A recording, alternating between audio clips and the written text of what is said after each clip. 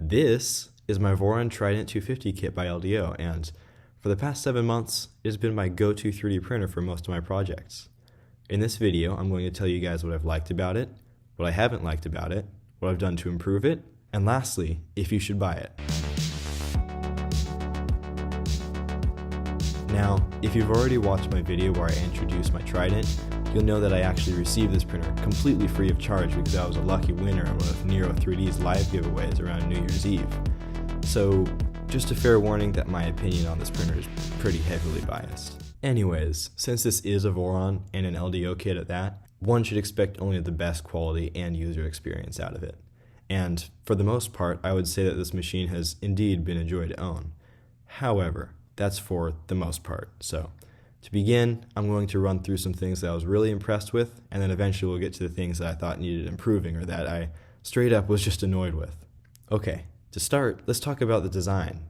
Wow, I mean, this thing is beautiful. You can immediately tell that the people who worked on the design of this machine really put some time and effort into making it look good.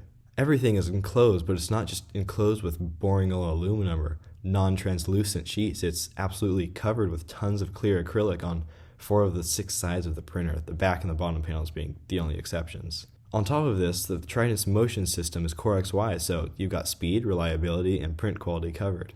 The wiring is well thought out, the extrusions are cut and tapped exactly to spec, there's tons of print volume, and the assembly guide is really easy to follow. So yeah, the designers at Voron know what they're doing.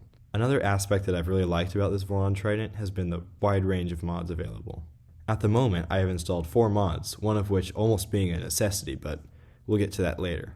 The other 3 mods installed are the Physetic Lightweight X-Beam, the Big Tree Tech SB2209 can mod, and this nifty internal spool holder.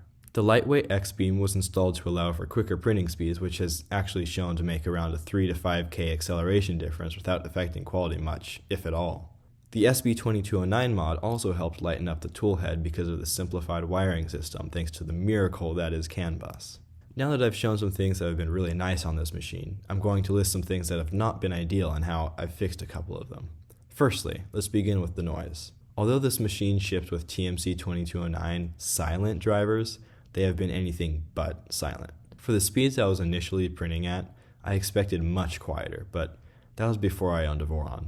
Whether this was just because of the nature of a Core XY motion system or the 0.9 stepper drivers provided by LDO, I'm not totally sure. I don't know, maybe it has something to do with both. Good news though, this is one of the problems that I was able to mostly fix. I found a mod online, which I'll link in the description down below, that decouples the steppers through a series of shock absorbers and springy couplers. This significantly reduces vibrations, resonances, and even some weird print artifacts. The next issue that I've had to deal with has been the rigidity with the X-axis linear rail and the overly heavy stealth burner toolhead.